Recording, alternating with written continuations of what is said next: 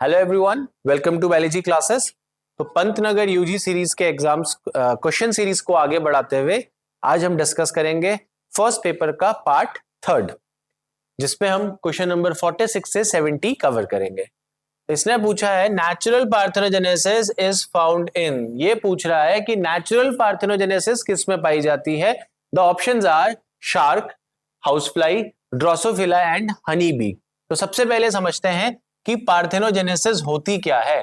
Parthenogenesis का मतलब है जब कोई ऑर्गेनिज्म बिना फर्टिलाइजेशन के फॉर्म हो जाता है। तो we say that organism formed without fertilization is known as natural parthenogenesis या पार्थेनोजेनेसिस।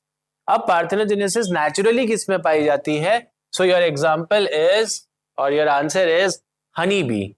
हनी बी में भी अगर हम बात करें तो हनी बी में जो मेल है, male honey bees are produced without without fertilization और they are produced by parthenogenesis. थोड़ा सा हनी बी की अगर हम बात करें तो हनी बी में जो फीमेल हैं वो होती हैं diploid, number of chromosomes 32। Male जो है दैट इज हेप्लॉयड और मेल में नंबर ऑफ क्रोमोसोम होता है 16, half the number of chromosomes. अब हनी बीज में है क्या कि जब भी गैमेट बनेगा, जब भी गैमेट बनेगा और गैमेट किस प्रोसेस से बनेगा? मियोसिस। तो जो ये आपके गैमेट बन गए ये सब के सब क्या है? हेप्लॉइड। अगर मेल में कभी भी गैमेट बनेगा तो यहां माइटोसिस से गैमेट बनता है। इससे माइटोसिस, क्योंकि मेल ऑलरेडी क्या है बेटा? हेप्लॉइड है। अब इंटरेस्टिंगली क्या है समझना, तो ये मेल में भी हो गए 16 नंबर ऑफ क्रोमोसोम्स, फीमेल के गैमेट में 16 नंबर ऑफ क्रोमोसोम्स। अब फीमेल का गैमेट बिना फर्टिलाइजेशन के डायरेक्टली क्या बना सकता है? मेल बना सकता है। एक्चुअली मेल का फॉर्मेशन ही ऐसे होता है कि female gamete without fertilization it will directly start forming male individual. इसे हम कहते हैं पार्थेनोजेनेसिस। और अगर आपको फीमेल फॉर्म करनी है तो मेल और फीमेल दोनों का गैमेट फ्यूज करेगा, तब जाके आपकी इंडिविजुअल क्या बनेंगी? फीमेल। तो हम कह सकते हैं कि female are produced by an only sexual reproduction and male are produced by asexual mode. Then process of sexual reproduction which involve meiosis and syngamy. तो सेक्सुअल रिप्रोडक्शन का वो प्रोसेस जिसमें मियोसिस और सिंगैमी होता है। पहला ऑप्शन है apomixis, दूसरा ऑप्शन है एम्फीमिक्सिस, तीसरा ऑप्शन है एगेमोस्पर्मी और चौथा ऑप्शन है डिप्लोस्पोरी। अब इसमें से सेक्सुअल रिप्रोडक्शन वो भी जिसमें क्या है? Meiosis and syngamy. ऑब्वियस सी बात है सेक्सुअल में मियोसिस और सिंगैमी होगा ही होगा। तो जो उसका आंसर है यहाँ पे that is amphimixis. Amphimixis mix होना, दो अलग अलग गैमेट का मिक्स होना, और वो गैमेट कैसे बने होंगे?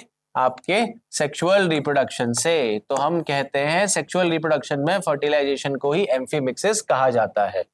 बाकी ऑप्शन अगर हम देखें तो एपोमिक्सिस, एपोमिक्सिस की अगर हम बात करें तो एपोमिक्सिस एक ऐसा प्रोसेस है विच मिमिक्स सेक्सुअल रिप्रोडक्शन। ये सेक्सुअल रिप्रोडक्शन की कॉपी करता है। कैसे कॉपी करता है? इसमें सीड फॉर्म होता है।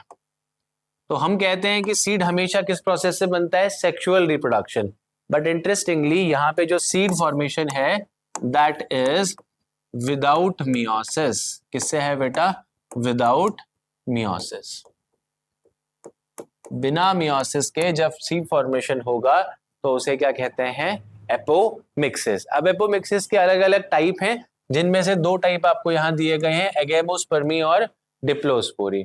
अब जैसे डिप्लोस्पोरी की बात करें, नाम से समझो डिप्लॉइड, इसका मतलब है जो माइक्रोस्पोर मदर सेल है। क्या है बेटा? मेगास्पोर मदर सेल, जो मेगास्पोर मदर सेल है वो बिना मियोसिस के विदाउट मियोसिस, अगर वो बिना मियोसिस के क्या करता है? डायरेक्टली किसको बना दे? Embryo sac. इवेंचुअली वो क्या बनाएगा? आगे चल के एम्ब्रियो बनाएगा। तो बिना मियोसिस के डायरेक्टली एम्ब्रियो बन जाए तो ये क्या कहलाता है? आपका डिप्लोस्पोरी। इसमें भी समझिए एगैमोस्पर्मी, मतलब माइक्रोस्पोर मदर सेल को छोड़ के कोई और सेल अगर बिना मियोसिस के एम्ब्रियो बनाने में हेल्प करता है then it is known as agamospermy. तो ये सारे के सारे किसके ही टाइप हैं बेटा? एपोमिक्सिस के टाइप हैं। देन आगे बढ़ते हैं। The next question is motile reproductive structure of algae and fungi which directly give rise to new individual. Motile reproductive structure, तो मोटाइल जो डायरेक्टली बनाता है, तो इसके ऑप्शन है आपका जाइगोस्पोर्स, दूसरा है जूस्पोर्स, तीसरा है सिस्ट और चौथा है कॉनिडिया। अब इसमें से जो आपका आंसर है motile reproductive structure of algae and fungi, दूसरा इसने बोला है डायरेक्टली क्या बनाता है, न्यू इंडिविजुअल, तो इसका आंसर है आपका जूस्पोर्स। क्या है, जूस्पोर्स। ओके, जूस्पोर्स बेसिकली कैसे बनते हैं, एसेक्सुअल रिप्रोडक्शन से बनते हैं। और इसको जूस्पोर क्यों कहा, क्योंकि ये फ्लैजिलेटेड होते हैं, मूव कर सकते हैं एक जगह से दूसरी जगह। फिर यहाँ एक और टर्म है दैट इज जाइगोस्पोर्स। जाइगोस्पोर्स क्या है, जब जाइगोट बनेगा। अगर आपको याद है तो एल्गी और फंजाई दोनों में ही हैप्लॉन्टिक लाइफ साइकिल है मोस्टली। एल्गी फंजाई में तो है ही है, एल्गी में कुछ एक्सेप्शन है जैसे कि फ्यूकस, फ्यूकस में डिप्लॉन्टिक लाइफ साइकिल है। तो अगर हम बात करें तो इनमें जाइगोटिक मियोसिस होता है। जाइगोटिक मियोसिस मतलब जाइगोट के बनने के बाद क्या होगा, मियोसिस होगा, और इस मियोसिस से स्पोर बनेंगे। ये स्पोर जब जर्मिनेट करेंगे तो ये कहलाता है आपके जाइगोस्पोर्स। जाइगोट के बाद जो स्पोर्स बन रहे हैं फ्लैजिलेटेड हो सकते हैं, ठीक है, हो सकते हैं क्या, फ्लैजिलेटेड होंगे, और इनसे अगर स्पोर बनेगा, जर्मिनेट करेगा, तो हम क्या कहेंगे इसको, जाइगोस्पोर। सिस्ट क्या है, सिस्ट नॉर्मली हम सिस्ट टर्म जो है वो नॉर्मली थिक सेल वॉल के लिए यूज करते हैं। जैसे कोई सेल है और इसके चारों तरफ एक थिक सेल वॉल बन गई तो हम कहते हैं सिस्टेड हो गया, ये मींस अब इसके अंदर इसके चारों तरफ थिक सेल वॉल आ गई है। ये जनरली अनफेवरेबल पीरियड में बनता है। Then last is conidia. Conidia एक प्रकार का asexual reproductive non motile structure है। क्या कहा मैंने, एसेक्सुअल रिप्रोडक्टिव नॉन मोटाइल, और जनरली जो कॉनिडिया है वो एक्सोजीनियसली प्रोड्यूस होते हैं। जैसे आपकी बात करें पेनिसिलियम या एस्पेरजिलस की बात करें तो उसमें आपका कॉनिडिया बनता है। ये फंजाई का फीचर है बेटा, और इसमें जनरली क्या होता है कि जैसे कुछ हाइफी मॉडिफाई हो जाते हैं तो ये हाइफी कहलाएगा कॉनिडियोफोर, क्योंकि इसके अंदर कॉनिडिया बनेगा। इसके टिप में अगर आप देखेंगे तो ये टिप में ऐसे सेल्स को कट करेगा, और इसके कट करने से, सेल्स को ऐसे कट करने से आप नोटिस करेंगे तो ये नॉन मोटाइल स्पोर्स बने, ये कहलाते हैं आपके कॉनिडिया। तो conidia are produced in fungi. Next is find out the correct order of vegetative propagules like for the plants like potato, ginger, agave, bryophyllum and water hyacinth. Okay, अगर हम interestingly देखें तो ये सब के सब मॉडिफाइड स्टेम है। अब ये समझते हैं कि इनमें वेजिटेटिव प्रोपेग्यूल्स, बेटा प्रोपेग्यूल्स क्या है, प्लांट का वो पार्ट, और कौन सा part, vegetative part, root stem या लीव्स में से जिससे नया प्लांट बनेगा, that is known as vegetative propagule. अब पोटैटो पूछ रहा है, तो अगर हम पोटैटो की बात करें तो पोटैटो एक मॉडिफाइड अंडरग्राउंड स्टेम है, और पोटैटो में आप देखेंगे कि पोटैटो में कहीं बहुत समय तक पोटैटो को रख दो तो उसमें ऐसे आईज लाइक स्ट्रक्चर बन जाते हैं। ये आईज और कुछ नहीं, क्या है बेटा, इसकी नोड्स हैं। क्या है, नोड्स। ये दूसरी नोड हो गई, इनके बीच का एरिया क्या कहलाया, इंटरनोड कहलाया। तो पोटैटो में जो वेजिटेटिव प्रोपगेशन होगा वो किससे होगा, आईज से होगा। तो ये इसका पोटैटो का हो गया आईज। फिर हम बात करते हैं जिंजर की। जिंजर भी मॉडिफाइड अंडरग्राउंड स्टेम है, और both potato and ginger are meant for storage as well as organ of perennation. अब जिंजर फ्लेशी स्टेम होती है, और जिंजर की हम बात करें तो उसमें भी नोड्स प्रेजेंट होते हैं। जिंजर में भी नोड्स प्रेजेंट है। लेट्स से अगर हम जिंजर दिखाते हैं तो यहाँ पे भी कहीं नोड्स, जहां पे नोड्स प्रेजेंट होगा ये नोड्स प्रोटेक्टेड होते हैं स्केली लीव से, इसके दोनों तरफ स्केली लीव्स होती हैं। तो अगेन हम जिंजर में क्या टर्म यूज करते हैं, राइजोम यूज करते हैं। फिर हमने तीसरा बोला अगेव। अब जो अगेव प्लांट है बेसिकली इसमें क्या होता है, जो लीफ की एक्सिल है, लेट्स से ये लीफ है, लीफ की एक्सिल पे बर्ड्स बनते हैं। ये बर्ड्स जब भी प्लांट से गिरेंगे तो ये बर्ड्स प्रोपोगेट करके नया प्लांट बना देंगे। ओके, तो अगेव में हम टर्म यूज करते हैं, ये जो स्वलन बर्ड्स होती है इनको बल्बिल कहा जाता है। फिर हम बात करते हैं ब्रायोफाइलम। तो ब्रायोफाइलम तो अपने आप में एक ऑर्नामेंटल प्लांट है। तो ब्रायोफाइलम जनरली क्या है, अगर आप उसकी लीफ देखेंगे तो उसकी लीफ होती है बहुत ज्यादा फ्लैशी। कैसी होती है बेटा, फ्लैशी लीफ होती है। अब अगर आप लीफ को नोटिस करते हैं तो आप पाएंगे कि लीफ में ऐसे बर्ड्स जैसी प्रेजेंट होंगी ब्रायोफाइलम के लीफ में। ओके, लीव्स में बर्ड्स प्रेजेंट होती हैं। तो अब क्या है कि अगर कभी लीफ डैमेज होके गिर गई या फिर कभी हवा चली और ये बर्ड जमीन में आ गया तो इस बर्ड से नया प्लांट बन जाता है। ओके, तो इसका ऑप्शन होता है leaf bud. This is in bryophyllum. Then last आता है वाटर हाइसिंथ। वाटर हाइसिंथ के बारे में एक दो बातें। इसका साइंटिफिक नेम है इकॉर्निया। इसको एक और नाम से जाना जाता है टेरर ऑफ बंगाल। इसको इंडिया में इंट्रोड्यूस किया गया था क्योंकि इसके फ्लावर बहुत सुंदर थे। एक्वेटिक प्लांट है, बट ये इंडिया में आते ही इन्वेजिव वीड बन गया। इन्वेजिव का मतलब हो गया जो इतना ज्यादा फैल गया कि इसको कंट्रोल करना इज नियरली इम्पॉसिबल नाउ। जब इसको वाटर बॉडीज में इंट्रोड्यूस किया, ये इतना ज्यादा फैल गया कि अब वहां पे नेविगेशन भी मुश्किल है। इसने एक मैट जैसी बना दिया वाटर बॉडीज के ऊपर, जिसकी वजह से शिप्स उसको पास नहीं कर सकती हैं।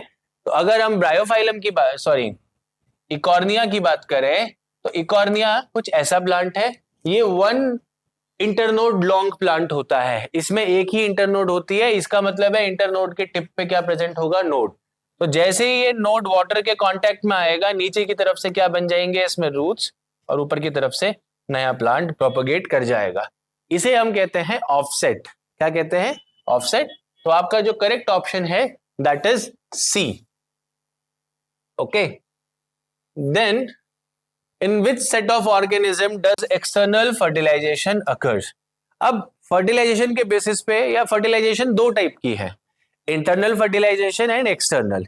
इंटरनल का मतलब है जब मेल गैमेट फीमेल तक पहुंचेगा, मतलब फीमेल पेरेंट तक पहुंचेगा और वहां जाके मेल गैमेट फीमेल गैमेट से फ्यूज करेगा। जैसे ह्यूमन की बात करें तो जो स्पर्म है वो वेजाइना में रिलीज होता है, फिर मदर के अंदर यूट्रस से फेलोपियन ट्यूब में जाता है जहां फर्टिलाइज करता है। तो ये है इंटरनल फर्टिलाइजेशन। एक्सटर्नल का मतलब हो गया बॉडी के बाहर फर्टिलाइजेशन होना। तो नॉर्मली जो है एक्सटर्नल फर्टिलाइजेशन ज्यादातर आपको कहां दिखेगा, वाटर में दिखेगा मोस्ट ऑफ द केसेस में। अब ऑप्शन पढ़ते हैं। पहला है इकाइनोडर्मेटा एंड मॉसेस। अब इकाइनोडर्मेटा की बात करें तो इसमें एक्सटर्नल फर्टिलाइजेशन होता है, बट मॉसेस में क्या है, इंटरनल फर्टिलाइजेशन। ओके, मॉसेस में इंटरनल फर्टिलाइजेशन होता है। हेमिकॉर्डेटा की बात करें तो अगेन इसमें कैसा फर्टिलाइजेशन है, एक्सटर्नल फर्टिलाइजेशन, बट फर्न्स में कैसा है, इंटरनल फर्टिलाइजेशन। कुछ स्पीसीज भले ही एक्सटर्नल शो करें बट मोस्ट में क्या है, इंटरनल फर्टिलाइजेशन है। अब बात करते हैं एम्फीबियंस एंड एल्गी की। तो amphibians generally they require water for sexual reproduction. तो एम्फीबियंस की कहानी अगर हम देखें तो चाहे एम्फीबियन हो चाहे एल्गी हो, दोनों में ही कैसा फर्टिलाइजेशन है बेटा, एक्सटर्नल फर्टिलाइजेशन। तो your correct option is C. और अगर हम रेप्टाइल्स और जिम्नोस्पर्म्स की बात करें, जिम्नोस्पर्म्स में इंटरनल फर्टिलाइजेशन है एंड मेजॉरिटी ऑफ रेप्टाइल्स में इंटरनल फर्टिलाइजेशन है। तो your answer is C, that is amphibians and algae. अगला क्वेश्चन है मेंस्ट्रुअल साइकिल अकर्स इन। अब मेंस्ट्रुअल साइकिल की अगर हम बात करें, ऑप्शन देखिए, पहला है फीमेल प्राइमेट्स, दूसरा है ह्यूमन फीमेल्स, तीसरा है आपका मेमेलियन फीमेल्स और चौथा है रैबिट। अब अगर हम मेंस्ट्रुअल साइकिल को थोड़ा सा समझें तो बेसिकली ये फीमेल्स में होती है और मेंस्ट्रुअल साइकिल एक प्रकार से इस बात का इंडिकेटर है कि जो फीमेल हैं वो रिप्रोडक्टिवली क्या है, एक्टिव हैं। मींस उनमें हर महीने क्या होगा, एक ओवम फॉर्म होगा। तो मेंस्ट्रुअल साइकिल रिप्रोडक्टिवली एक्टिवनेस की निशानी है। अब मेंस्ट्रुअल साइकिल बेसिकली हम मैमल्स की बात करें तो मैमल्स को हमने brain size, socialization, vision ability, देखने की क्षमता, इन सब के बेसिस पे दो पार्ट्स में बांट रखा है। That is one is known as primates और दूसरे कहलाते हैं नॉन प्राइमेट्स। ओके, अब जो प्राइमेट्स हैं बेसिकली, और प्राइमेट्स में भी फीमेल, जनरली प्राइमेट्स में माना जाता है कि हमारा ब्रेन साइज बड़ा है। प्राइमेट्स में जैसे आ गए ह्यूमन, दूसरा आ गए आपके लेम्यूर्स, तीसरा आ गए आपके चिंपांजी। ओके, ये सब प्राइमेट्स में आते हैं। बाकी अगर हम बात करें डॉग्स, कैट्स, लायंस, टाइगर्स, ये सब किस में आते हैं बेटा, नॉन प्राइमेट्स में आते हैं। तो अब जो मेंस्ट्रुअल साइकिल है वो फीचर है मैमल्स का, और मैमल्स में भी किसका फीचर, प्राइमेट्स का फीचर है। किसका फीचर है, प्राइमेट्स का। अब मेंस्ट्रुअल साइकिल में होता क्या है, एंडोमेट्रियम लाइनिंग यूट्रस की ब्रेक करती है, जिसकी वजह से अनफर्टिलाइज्ड ओवम बॉडी से बाहर निकलेगा और साथ में ब्लड भी रिलीज होगा, क्योंकि ब्लड वेसल्स रप्चर करती हैं एंडोमेट्रियम की। तो पूरा एंडोमेट्रियम बाहर निकला, साथ में ब्लड बाहर निकला और अनफर्टिलाइज्ड ओवम बाहर निकला। क्योंकि इसमें ब्लड का रिलीज हो रहा है इसलिए मेंस्ट्रुअल कहते हैं। मेंस्ट्रुअल का मतलब होता है ब्लीडिंग, ब्लीड करना। ओके, अब नॉन प्राइमेट्स में क्या होता है फिर? नॉन प्राइमेट्स में इससे मिलती जुलती एक साइकिल होती है जिसे हम कहते हैं ईस्ट्रस साइकिल। क्या कहते हैं? Oestrus cycle. ईस्ट्रस साइकिल्स में क्या है, साइकिल में क्या है कि जब इनका ब्रीडिंग सीजन आएगा, साल के जिस भी महीने में इनका ब्रीडिंग सीजन होगा, तो इनकी बॉडी में एक इंटेंस सेक्सुअल हीट जनरेट होती है, उसी वजह से नाम पड़ा है ईस्ट्रस। और उस दौरान ये रिप्रोड्यूस करते हैं। एक फर्क प्राइमेट्स और नॉन प्राइमेट्स में, जो प्राइमेट्स हैं वो अपनी सेक्सुअल डिजायर को कंट्रोल कर सकते हैं, बट नॉन प्राइमेट्स अपनी सेक्सुअल डिजायर को कंट्रोल नहीं कर सकते। Then method of raising new plants into number in large number from a small plant tissue over a culture medium is known as. अब ये बोल रहा है कि अगर हम प्लांट की बात करते हैं तो प्लांट का एक टिश्यू पकड़ा और इस टिश्यू से आपने कुछ लैब कंडीशंस में आपने क्या किया, इस टिश्यू से पूरा का पूरा नया प्लांट प्रोपगेट करवा दिया, पूरा का पूरा नया प्लांट फॉर्म कर दिया। तो ये मेथड क्या कहलाता है? So this method of formation of new plant is known as micropropagation. क्या कहलाता है? माइक्रो प्रोपगेशन, या फिर इसको कहते हैं टिश्यू कल्चर। ओके, नाम से समझिए, माइक्रो प्रोपगेशन मतलब एक छोटा सा टुकड़ा लेके नया प्लांट बनाया, तो that is known as tissue culture. Callus formation इसका ही एक पार्ट है। जब हम टिश्यू कल्चर करते हैं, हमने एक दूसरे वीडियो में इस टिश्यू कल्चर को थोड़ा ब्रीफली कवर किया है, तो कैलस फॉर्मेशन क्या है, इसी का एक पार्ट है कि इनिशियली जो अनडिफरेंशिएटेड मास बनता है वो कैलस कहलाता है। तीसरा होता है माइक्रो ग्राफ्टिंग। ये तो ग्राफ्टिंग का मतलब है कि दो अलग अलग प्लांट्स आपने इंक्लूड कर लिए, कि किसी एक का पार्ट किसी दूसरे प्लांट में लगा दिया, तो ग्राफ्ट शब्द आता है। जुवेनिलिटी बेसिकली एक फेज है, जुवेनाइल फेज, जो नॉर्मल ग्रोथ एंड डेवलपमेंट या वेजिटेटिव ग्रोथ एंड डेवलपमेंट का फेज है, उसे जुवेनिलिटी कहते हैं। तो your answer is here B, that is micropropagation. Next question is first successful animal clone was.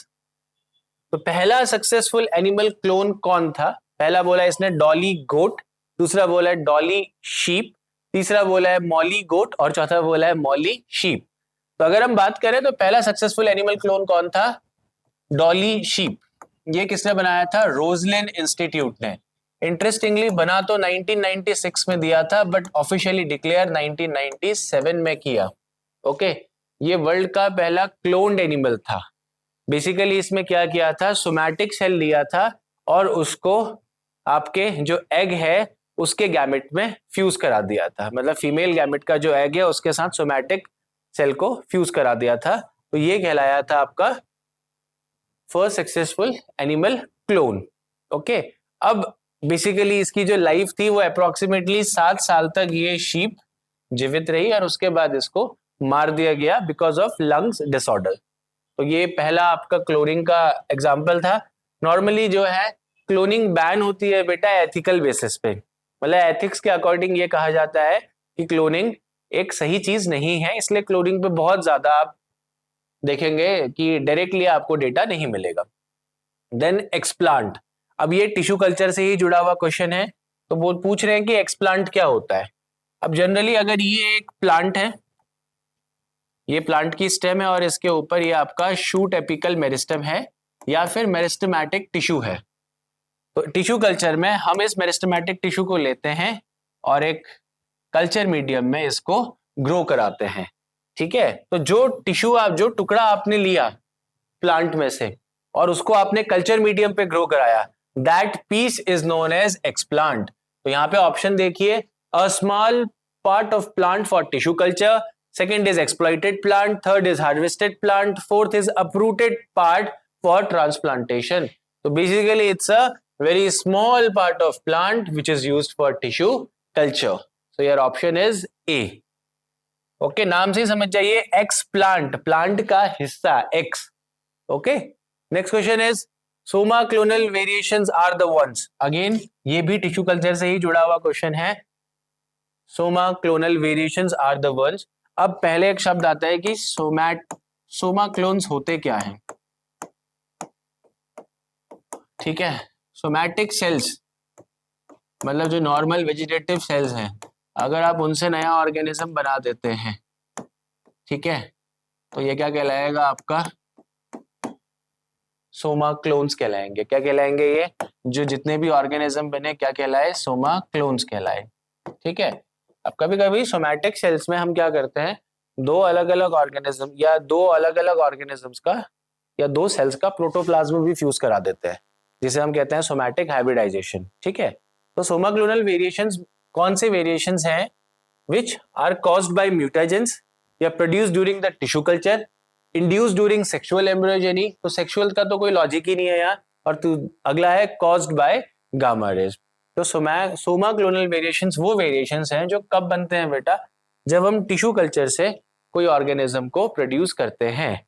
Okay, तो इसका आंसर है produce during the tissue culture. अब यहाँ पे एक चीज और है, बहुत बार हम क्या करते हैं टिश्यू कल्चर में, जब कोई ऑर्गेनिज्म या प्लांट का कोई पार्ट ग्रो कर रहा है तो हम उसमें और ज्यादा वेरिएशन इंट्रोड्यूस करने के लिए म्यूटेशंस इंड्यूस करवा सकते हैं, हम उसमें गामा रेज भी यूज कर सकते हैं। बट नॉर्मली जो सोमा क्लोनल वेरिएशंस है, नाम अगर सोमा क्लोन्स आ गया तो भले उनमें वेरिएशन भी है, तो प्रोड्यूस वो किससे किया गया है, टिश्यू कल्चर से।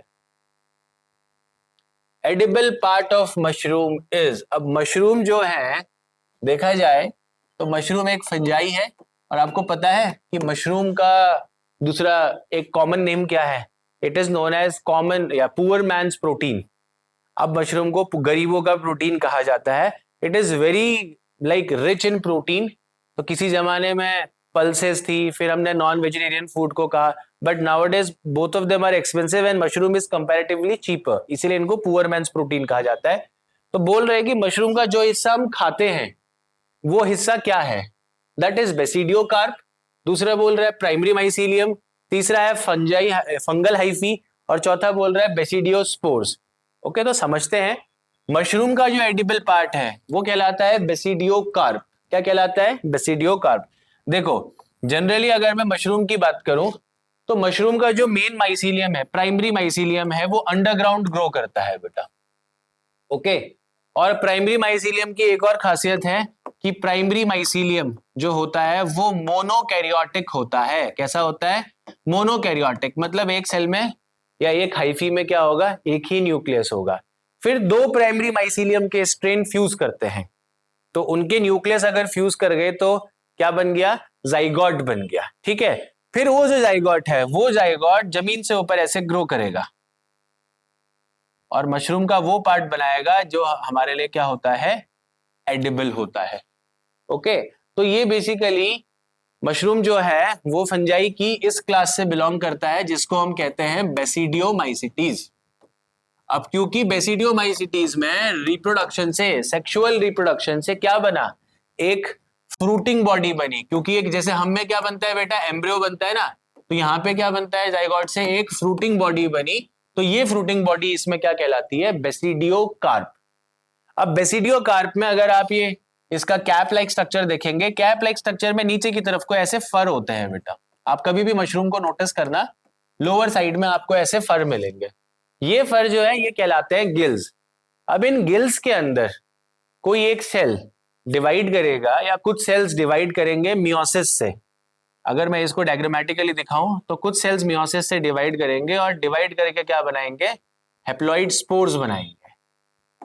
तो जो ये स्पोर्स बने, फ्रूटिंग बॉडी में जो स्पोर्स बनते हैं वो स्पोर्स कहलाते हैं basidiospores. Remember, basidiospores are produced by sexual reproduction. पर यहां जाइगोट तुरंत ही स्पोर्स नहीं बनाता, पहले एक पूरी फ्रूटिंग बॉडी बनाता है और यही फ्रूटिंग बॉडी हम कंज्यूम करते हैं।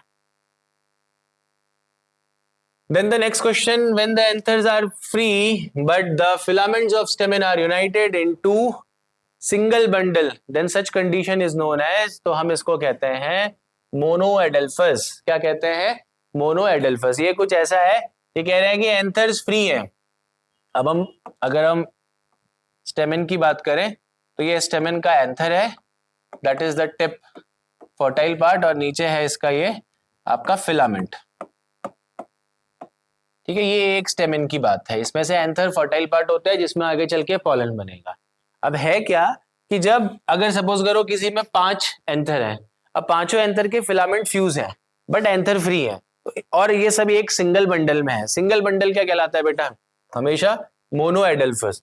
अगर ये 2 बंडल में होते तो ये क्या कहलाते? डाई एडेल्फस। जैसे डाई एडेल्फस अगर आप देखेंगे तो लेग्यूमिनेसी का एक अच्छा एग्जाम्पल है। आप नोटिस करेंगे तो वहां पे 9+1 अरेंजमेंट दिखेगा डाइएडेल्फिस। ठीक है, पॉलीएडेल्फिस मतलब मल्टीपल बंडल्स है, एडेल्फिस मतलब होता है bunch. Its answer is mono adelphous. Then the next question is endosperm, a product of double fertilization, is absent in the seeds of. अब ये endosperm is product of double fertilization, तो यहाँ पे कुछ टर्म है, एंडोस्पर्म, दूसरा बोला है डबल फर्टिलाइजेशन। फ्लावरिंग प्लांट्स में ही होता है ऑब्वियसली, और किस में एब्सेंट होता है? तो जनरली है क्या, इसको थोड़ा डिटेल में समझते हैं। पहले 4 ऑप्शन देख लीजिए, ग्राम, दूसरा है ऑर्किड्स, तीसरा है मेज, और चौथा है कैस्टर। अब बेसिकली फ्लावरिंग प्लांट्स में क्या होता है, डबल फर्टिलाइजेशन एक फिनोमिनन है। डबल फर्टिलाइजेशन नाम से ही समझ जाइए, 2 बार फर्टिलाइज होना। तो जो पहला मेल गैमेट है वो क्या करता है, एम्ब्रियो सैक के अंदर किससे फ्यूज करता है? एग से, और क्या बनाता है? जाइगोट। जाइगोट डिप्लॉइड है, और जाइगोट वही स्ट्रक्चर है जो आगे चल के क्या बनाएगा बेटा? एम्ब्रियो बनाएगा। ठीक है, तो मेल गैमेट और एग का फ्यूजन कहलाता है सिनगैमी। क्या कहलाता है? सिनगैमी। अब जो दूसरा मेल गैमेट है, सेकेंड मेल गैमेट, वो फ्यूज करता है तुम्हारे किसके साथ? सेकेंडरी सेल के साथ, या पोलर न्यूक्लियाई एम्ब्रियो सैक के अंदर। और सबको पता है कि सेकेंडरी सेल ऑलरेडी कैसा होता है? डिप्लॉइड। अब मेल गैमेट हैप्लॉइड है, ये फ्यूज करेंगे तो क्या बनेगा बेटा? इससे एक ट्रिप्लॉइड स्ट्रक्चर बनता है जिसे हम कहते हैं एंडोस्पर्म। क्या कहते हैं? एंडोस्पर्म। और ये एंडोस्पर्म कैसा है? ट्रिप्लॉइड है नेचर में। अब एंडोस्पर्म की खासियत क्या है? एंडोस्पर्म पहला तो ट्रिप्लॉइड है, और ये प्रोसेस कहलाती है ट्रिपल फ्यूजन। क्या कहलाती है? Triple fusion. तो double fertilization is syngamy plus triple fusion is known as double fertilization. अब ये एंडोस्पर्म की खासियत ये है कि जब जाइगोट एम्ब्रियो बनाएगा तो एंडोस्पर्म उसको न्यूट्रिशन देगा। जाइगोट के पास क्लोरोप्लास्ट नहीं होता, फोटोसिंथेसिस नहीं कर सकता, तो उसको डिवाइड करके जब एम्ब्रियो बनाना है तो जितना भी न्यूट्रिशन होगा कौन देगा? एंडोस्पर्म देगा। अब कभी कभी क्या होता है कि एंडोस्पर्म एम्ब्रियो बनने तक, एम्ब्रियो कहां बन रहा है? सीड के अंदर। तो एंडोस्पर्म सीड के अंदर एम्ब्रियो पूरा बनने तक कंप्लीटली यूटिलाइज हो जाता है, मतलब पूरा का पूरा एंडोस्पर्म खत्म हो जाता है एम्ब्रियो बनाने में। तो ऐसे सीड में आपको एंडोस्पर्म नहीं मिलेगा, तो ऐसे सीड कहलाते हैं बेटा नॉन एंडोस्पर्मिक सीड। आपको इन सीड्स में एंडोस्पर्म कहीं पे भी नहीं दिखेगा, तो ये क्या कहलाते हैं? Non endospermic seed. ज्यादातर जो आपके डाइकॉट्स हैं, ओके, ज्यादातर जो आपके डाइकॉट्स हैं आपको उनमें एंडोस्पर्म विजिबल नहीं होगा। डाइकॉट्स में एंडोस्पर्म नहीं होता है। फिर मोस्टली अगर किसी सीड में एंडोस्पर्म है तो वो कहलाता है एंडोस्पर्मिक सीड। ओके, अब इसने पूछा है कि इसमें से absent in the seeds of, तो अगर हम बात करें तो मेज को, अगर हम कैस्टर को देखते हैं तो ये दोनों एंडोस्पर्मिक सीड हैं बेटा। ओके, दोनों ही एंडोस्पर्मिक सीड है। पर अगर आप देखेंगे ऑर्किड, ऑर्किड ऐसा मोनोकॉट है जिसमें एंडोस्पर्म प्रेजेंट नहीं होता है सीड में। रिमेंबर दिस, ऑर्किड में सीड में एंडोस्पर्म प्रेजेंट नहीं होता है। अब यहाँ पे ग्राम सीड की बात कर रखी है, तो जनरली अगर हम ग्राम की बात करते हैं तो ग्राम डाइकॉट है। ओके, और ग्राम भी नॉन एंडोस्पर्मिक होता है। अगर इस क्वेश्चन के हिसाब से देखें तो आपका ऑप्शन बोथ ऑर्किड एंड ग्राम होना चाहिए। याद रखना, जितने भी आपके डाइकॉट्स होते हैं, डाइकॉट्स में एंडोस्पर्म नहीं प्रेजेंट होता। Is that clear? When gynoecium is present above all the parts of flower, this condition is called. अब देखो फ्लावर को ना, इसके ऑप्शन देखिए, ऑप्शन होंगे हाइपोगाइनस, पेरीगाइनस, एपीगाइनस और इंफीरियर। अब इसने क्या बोला है? फ्लावर्स को अलग अलग कैटेगरीज में बांटते हैं। किस बेसिस पे? कि ओवरी की पोजीशन क्या है? थैलेमस पे। इसको डायग्रामेटिकली समझे तो ये फ्लावर का स्टॉक है जिसको पेडिसल कहते हैं। इस स्टॉक के ऊपर एक ऐसे गद्दी जैसा स्ट्रक्चर होता है जिसको क्या कहते हैं बेटा? थैलेमस। बेसिकली थैलेमस वो पोर्शन है जिसके ऊपर फ्लावर के सारे पार्ट्स ग्रो करेंगे। अब इसको ध्यान से समझिएगा, अगर कभी थैलेमस में, ये थैलेमस है पूरा, ठीक है, अगर कभी थैलेमस में कुछ ऐसी कंडीशन है कि ओवरी ऐसे प्रेजेंट है और जितने भी बाकी पार्ट्स हैं इसके, अब पार्ट्स क्या होते हैं फ्लावर के, याद करो, sepal, petal and androecium and gynoecium. अब अगर ओवरी सबसे ऊपर की पोजीशन में है और बाकी सारे पार्ट्स उसके नीचे से ग्रो कर रहे हैं, लेट्स से ये एक पार्ट हो गया, ठीक है, लेट्स से ये दूसरा पार्ट हो गया और एंथर भी इसके थोड़ा नीचे से ग्रो कर रहे हैं, मतलब ओवरी हल्का सा गया है, इस थैलेमस को ऐसा दिखा देते हैं, ये थैलेमस है सपोज करो, ठीक है। रुको जस्ट अ सेकेंड, थोड़ा सा इसको अगर हम डायग्रामेटिकली देखें तो ये कुछ ऐसा होगा कि सपोज दिस इज थैलेमस और ये थैलेमस में ओवरी है और जो बाकी सारे पार्ट्स हैं वो उसके कहां से ग्रो कर रहे हैं, नीचे से ग्रो कर रहे हैं। तो हम इस फ्लावर को कहते हैं, इस कंडीशन में हम कहते हैं कि फ्लावर कैसा है, हाइपोगाइनस। कैसा फ्लावर है, हाइपोगाइनस। ओके, इसका मतलब है कि गाइनोशियम से सब क्या है, नीचे है, मतलब ओवरी से बाकी सारे पार्ट्स क्या है, नीचे हैं। ओके, तो हाइपोगाइनस इस केस में जो ओवरी होती है, इस केस में जो ओवरी होती है वो सबसे टॉप मोस्ट पोजीशन ऑक्यूपाई करती है, तो हम कहते हैं कि इसमें ओवरी कैसी है, सुपीरियर। तो याद रखना, अगर हम यहाँ डिस्कस करें तो दो चीजें नोटिस करिएगा, when gynoecium is present above all the parts बोला है, तो ये कंडीशन कहलाती है आपकी, इस केस में जो फ्लावर है वो कहलाता है हाइपोगाइनस और ओवरी जो है वो क्या कहलाएगी, सुपीरियर। अब सपोज करो अगर सबके सब सेम लेवल में है, ये थैलेमस है और सभी इसी थैलेमस में एक ही लेवल पे ग्रो कर रहे हैं बाकी सारे पार्ट्स, जैसे यहीं से ओवरी भी है और इसी पार्ट से आपका स्टेमिन भी है, इसी पार्ट से आपका सेपल पेटल भी है, तो इस केस में ये कहलाता है फ्लावर पेरीगाइनस। क्या कहलाता है, पेरीगाइनस। और पेरीगाइनस फ्लावर में जो ओवरी होगी हाफ इंफीरियर होती है। फिर एक तीसरा बोला है इसने आपका एपिगाइनस, नाम से ही समझ जाओ, अब ओवरी सबसे नीचे थैलेमस के अंदर फ्यूज होगी और बाकी सारे पार्ट्स उसके ऊपर ग्रो करेंगे, तो वो कहलाता है आपका एपिगाइनस कंडीशन। ओके, और उस केस में जो ओवरी होगी वो कहलाएगी inferior. Next question is if a sporangium is derived from a single cell. ये क्वेश्चन हम ऑलरेडी एक पेपर में डिस्कस कर चुके हैं। तो अगर स्पोरेंजियम सिंगल सेल से डिवाइड करता है, अब स्पोरेंजिया क्या है, जैसे अगर हम बात करते हैं लेट्स से टेरिडोफाइट्स की, अगर हम बात करते हैं, जब स्पोरेंजिया एक सिंगल सेल से बनता है, स्पोरेंजिया वो स्ट्रक्चर है जिसमें स्पोर्स बनेंगे। अब स्पोरेंजिया का फॉर्मेशन अगर सिंगल सेल से हो रहा है, ये एक सेल है और इस सेल ने एक मल्टी सेलुलर स्ट्रक्चर बना दिया और इसके अंदर कल के दिन क्या होगा, स्पोर्स फॉर्म होंगे। तो जब सिंगल सेल से बनता है तो इस कंडीशन को क्या कहते हैं, तो आपके पास चार ऑप्शन है। पहला ऑप्शन है लेप्टोस्पोरेंजिएट, दूसरा ऑप्शन है यूस्पोरेंजिएट, तीसरा ऑप्शन है हेट्रोस्पोरेंजिएट और लास्ट है नन ऑफ द अबव। तो जब स्पोरेंजिया सिंगल सेल से बनता है तो हम उसे कहते हैं लेप्टोस्पोरेंजिएट। ओके, जब वो ग्रुप ऑफ सेल से बनेगा, जब किससे बनेगा बेटा, ग्रुप ऑफ सेल से बनेगा, तो हम उसको कहते हैं यूस्पोरेंजिएट। क्या कहते हैं, यूस्पोरेंजिएट।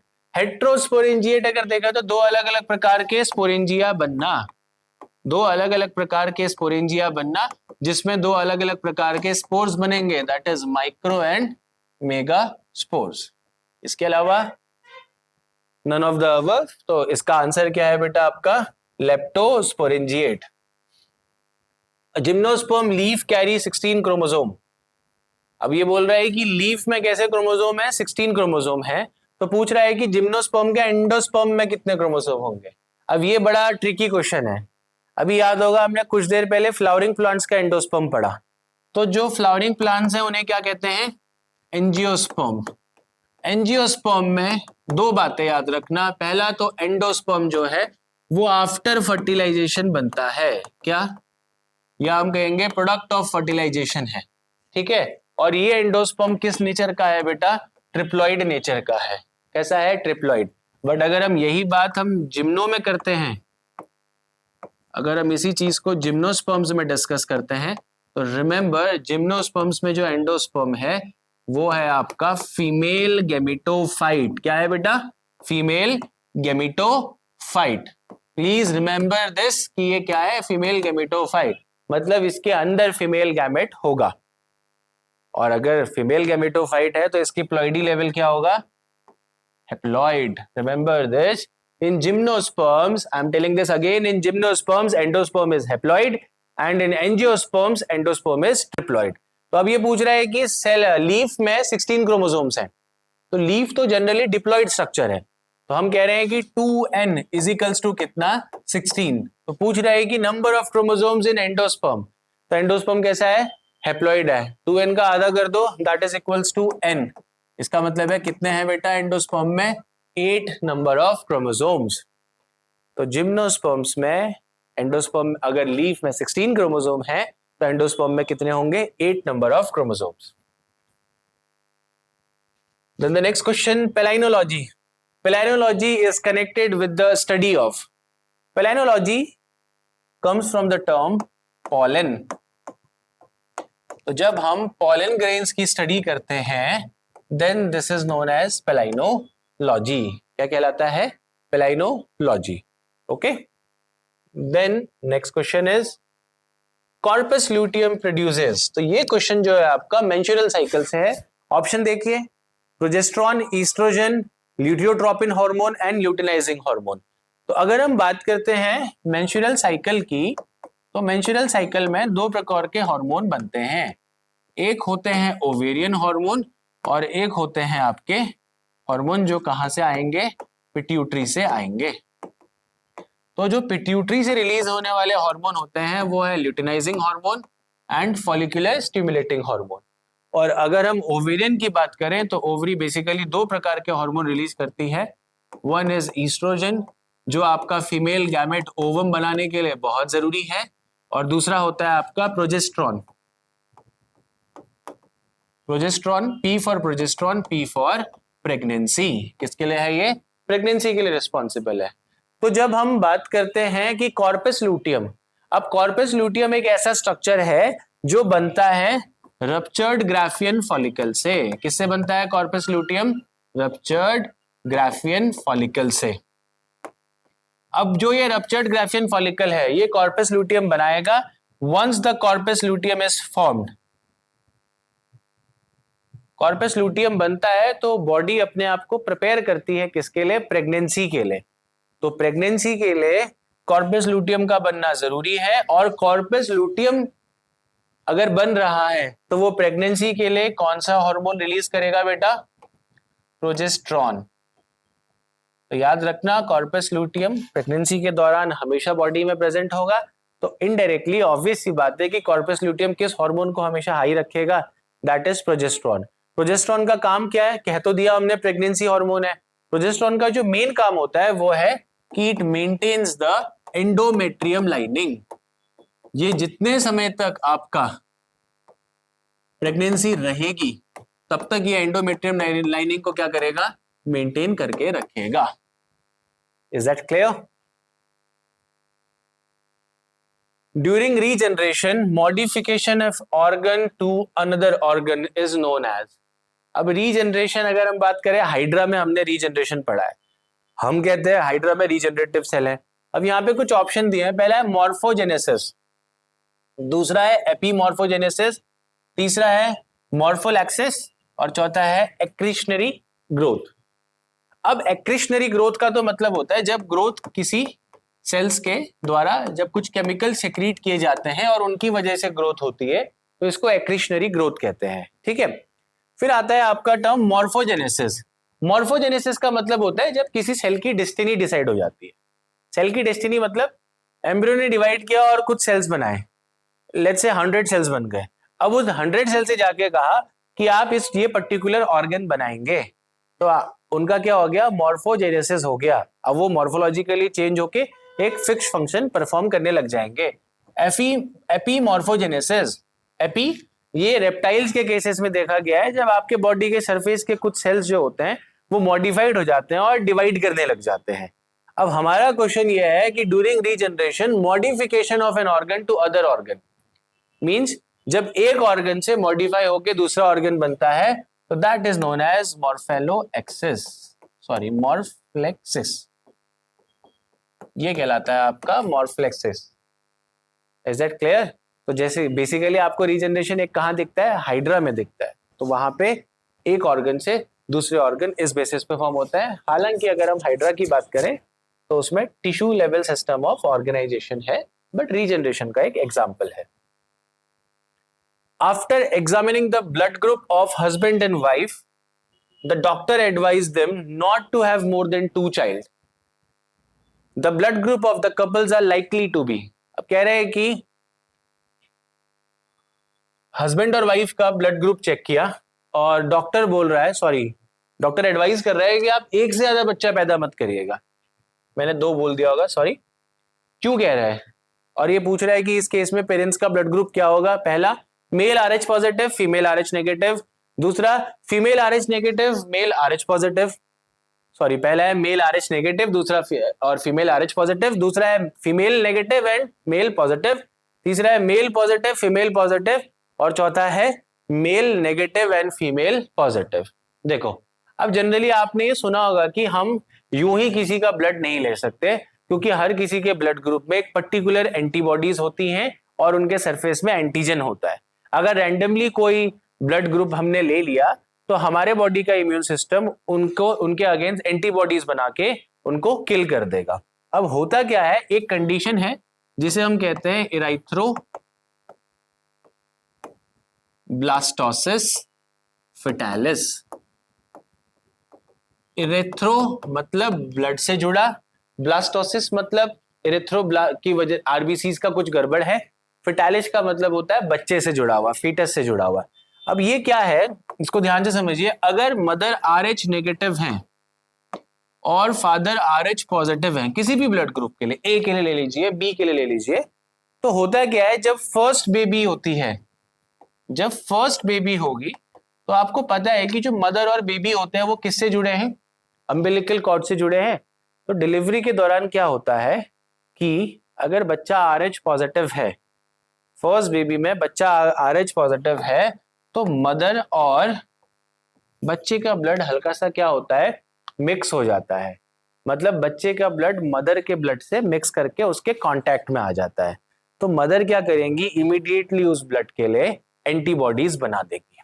मदर ने तुरंत ही क्या किया, आज तक मदर की बॉडी में इसके लिए एंटीबॉडीज नहीं थी, किसके लिए, RH नेगेटिव के लिए, पर डिलीवरी के दौरान बच्चे का ब्लड कांटेक्ट में आया तो मदर ने उनके अगेंस्ट क्या कर दी, एंटीबॉडीज बना दी। तो पहले बेबी में तो कोई दिक्कत नहीं है।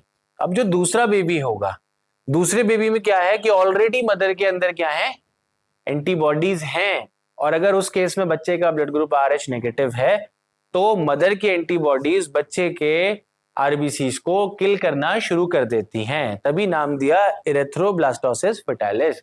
तो इस केस में जो सेकंड बच्चा अगर बॉर्न होता है तो उसके डेथ होने के चांसेस भी हैं, नहीं भी तो वो बहुत ज्यादा एनीमिक होगा, उसकी बॉडी में ब्लड की बहुत ज्यादा डेफिशिएंसी हो जाती है। तो इसका आंसर क्या है, female RH negative and male RH positive. Next is human placenta is. अब प्लेसेंटा की जो है अलग अलग टाइप्स हैं, तो इसमें अगर हम ह्यूमन प्लेसेंटा का डिस्कस करें तो बोल रहे हैं ह्यूमन प्लेसेंटा कैसा है, ह्यूमन प्लेसेंटा है हीमोकोराइल। कैसा प्लेसेंटा है हमारा, हीमोकोराइल। हीमोकोराइल क्यों का, अब होता क्या है, एक है बेबी और एक है मदर का यूट्रस, ठीक है। अब होता क्या है कि मदर के यूट्रस में भी कुछ बैरियर प्रेजेंट होंगे और बेबी में भी कुछ बैरियर प्रेजेंट होंगे। तो हीमोग्राइल में क्या होता है कि जो बैरियर्स मदर्स की बॉडी में होते हैं वो सारे के सारे एब्सेंट होंगे। बैरियर का मतलब क्या है बेटा, let's say epithelial tissue uterus की, एंडोथेलियल टिश्यू, तो वो सारे बैरियर्स क्या होते हैं, एब्सेंट होते हैं। और वो सारे बैरियर्स सिर्फ किस में प्रेजेंट होंगे, फीटस की मेम्ब्रेन में प्रेजेंट होंगे। इस केस में हम क्या कहते हैं, प्लेसेंटा को हीमोकोराइल प्लेसेंटा। फिर इसमें अलग अलग कैटेगरीज है, जैसे यॉर्कसैक है। यॉर्कसैक क्या है, यॉर्कसैक का मतलब होता है जब एक एक्स्ट्रा मेम्ब्रेनिक लेयर प्रेजेंट होती है फीटस के बाहर, जो लेटर ऑन बाद में डैमेज हो जाती है। Then there is next question, that is 50 secondary oocytes present है फीमेल में और 50 सेकेंडरी स्पर्मेटोसाइट्स प्रेजेंट है। तो हमने कहा 50 क्या है, सेकेंडरी oocytes प्रेजेंट है और 50 ही क्या प्रेजेंट है बेटा, स्पर्मेटोसाइट्स प्रेजेंट हैं, और स्पर्मेटोसाइट्स भी कैसे हैं? Secondary spermatocytes. ओके, अब जब हम सेकेंडरी स्पर्मेटोसाइट्स कहते हैं तो इसका मतलब है ऑलरेडी क्या हो चुका है? मियोसिस हो चुका है। ठीक है, जैसे हम कहते हैं ना कि सबसे पहले oogonia होते हैं, तो oogonia डिफरेंशिएट करके क्या बनाते हैं? प्राइमरी oocytes बनाते हैं। अब जो प्राइमरी oocytes हैं, प्राइमरी oocyte से क्या बनेगा बेटा? सेकेंडरी oocytes बनेंगे। क्वेश्चन को आराम से पढ़ना। ऐसे ही हम मेल में कहते हैं प्राइमरी स्पर्मेटोसाइट्स हैं, वो मियोसिस 1 करेंगे। मियोसिस 1 से ऑलरेडी क्या होता है?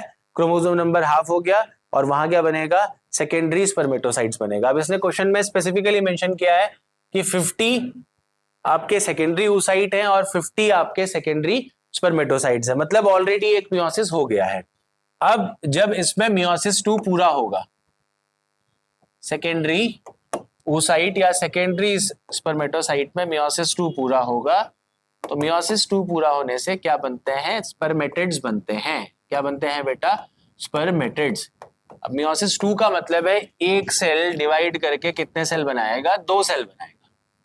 तो आप खुद ही बताइए, अगर 50 सेकेंडरी स्पर्मेटोसाइट्स हैं और एक सेल डिवाइड करके 2 सेल बना रहा है, तो 50 सेकेंडरी स्पर्मेटोसाइट से कितने स्पर्म्स बनेंगे?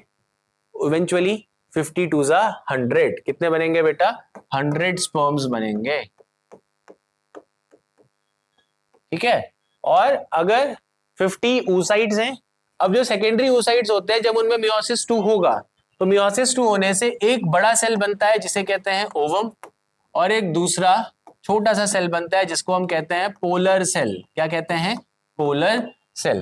पोलर सेल टेक्निकली कुछ समय बाद डिजेनरेट हो जाता है, ना तो उसके पास साइटोप्लाज्म पहुंचता है, ना उसके पास न्यूक्लियस पहुंचता है। मेजॉरिटी ऑफ साइटोप्लाज्म कौन रिटेन करता है? ओवम। तो जाहिर सी बात है, अगर 50 सेकेंडरी oocytes हैं तो ओवम भी कितने बनेंगे? 50 बनेंगे। तो इसका आंसर क्या होगा बेटा? 50 ओवा एंड 100 स्पर्म्स। ओके, अब मैं एक बात जनरली कह रहा हूं, अगर मैं बोलता कि 50 प्राइमरी स्पर्मेटोसाइट्स हैं, तब क्या होता? अभी तो इसने क्वेश्चन में स्पेसिफिकली मेंशन किया है, मैं इस चीज को समझाना चाहूंगा, थोड़ा सा वापस देखिएगा यार। देखो, ये oogonia है जिसको आगे चल के क्या बनाना है? ओवम बनाना है। फीमेल की बात कर रहे हैं, तो oogonia में सबसे पहले माइटोसिस डिफरेंशिएशन होगा, और इससे जो सेल्स बनेंगे उन्हें कहते हैं प्राइमरी oocytes। क्या कहते हैं? Primary oocytes। कैसे हैं? डिप्लॉइड है। प्राइमरी oocytes में क्या होगा बेटा? मियोसिस 1, तो एक सेल से कितने सेल बनेंगे? 2 सेल। ये कहलाएंगे सेकेंडरी oocytes। क्या कहलाएंगे? Secondary oocytes। ओके, और फिर इनमें जब मियोसिस 2 होगा तो टेक्निकली तो 4 बनने चाहिए, पर फीमेल में क्या होता है इस बात को समझो। जब फीमेल में पहला मियोसिस होगा, तो पहला मियोसिस होने से एक सेल बनता है जिसको हमने कह दिया सेकेंडरी oocyte, और दूसरा एक डीजेनरेटिव बॉडी बनती है जिसे हम कहते हैं पोलर बॉडी। मतलब है ये यहीं पे खत्म हो जाती है। तो सिर्फ और सिर्फ मियोसिस 1 से क्या बना? सेकेंडरी oocyte बना। अब ये सेकेंडरी oocyte में मियोसिस होगा वापस, और इससे क्या बनेगा? एक तो बनेगा बेटा इससे ओवम, और एक बनेगा वापस से क्या? Polar body. तो अगर आप फीमेल को नोटिस करते हैं, तो फीमेल में एक oogonia से या एक प्राइमरी oocyte से अल्टीमेटली कितने ओवम बनेगा? एक ही ओवम बनेगा। पर मेल में ऐसा नहीं होता। मेल में अगर हम बात करें, ये स्पर्मेटोगोनिया है, अगर इसमें भी माइटोसिस डिफरेंशिएशन होगा, और क्या बनाएगा? Primary spermatocyte. फिर प्राइमरी स्पर्मेटोसाइट में होगा मियोसिस, तो इससे क्या बनेगा? Secondary spermatocyte. और फिर इसमें मियोसिस 2 होगा, तो इससे क्या बनेंगे? स्पर्मेटिड, जो आगे चल के इवेंचुअली क्या बनाएंगे? स्पर्मेटोजोआ। अब यहां पे इंटरेस्टिंग बात यह है कि अगर एक प्राइमरी स्पर्मेटोसाइट है, तो मियोसिस 1 से 2 सेकेंडरी स्पर्मेटोसाइट बनेंगे, और मियोसिस 2 से कितने बनेंगे? 4। अल्टीमेटली लास्ट में कितने स्पर्म्स बनेंगे बेटा? At the end we will have 4 sperms. कितने स्पर्म्स होंगे? 4 स्पर्म्स लास्ट में फाइनली हमारे पास बनेंगे। Is that clear? बट इस क्वेश्चन पे क्या पूछा था? क्वेश्चन में स्पेसिफिकली पूछा है सेकेंडरी oocyte, इसीलिए क्वेश्चन को सॉल्व करने से पहले पढ़ लिया कीजिए। Okay, then next question, fertilized ovum is transplanted in the uterus। Simple सा क्वेश्चन है कि एक बार ओवम फर्टिलाइज हो गया, कहां फर्टिलाइजेशन होता है बेटा? Fertilization basically occurs in fallopian tube.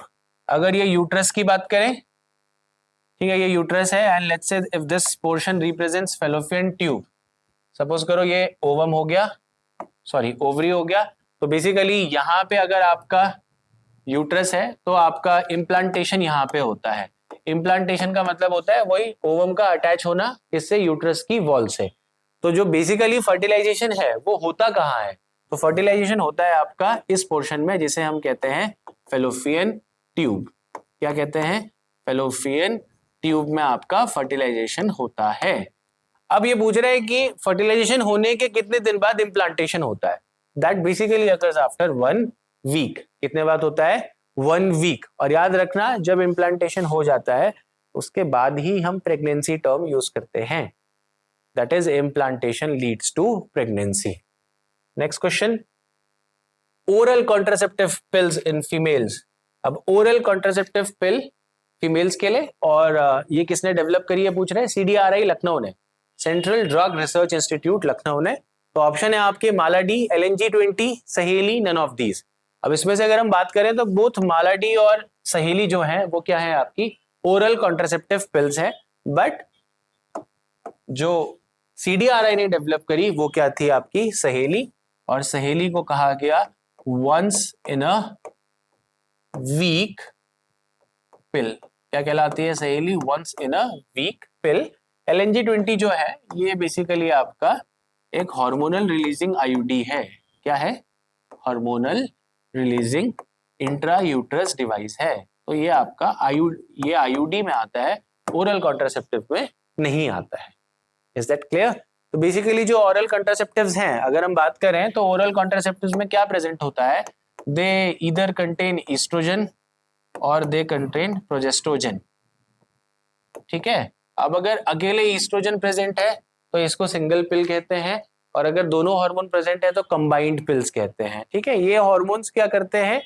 Female की बॉडी में ओव्यूलेशन को रोक देंगे, इम्प्लांटेशन रोक देंगे, ठीक है, प्रेगनेंसी एस्टेब्लिश नहीं होने देंगे, इसीलिए ये कंट्रासेप्टिव्स में आते हैं। Then the last question for today is progesterone present in contraceptive pill। उसी से जुड़ा हुआ क्वेश्चन आ गया।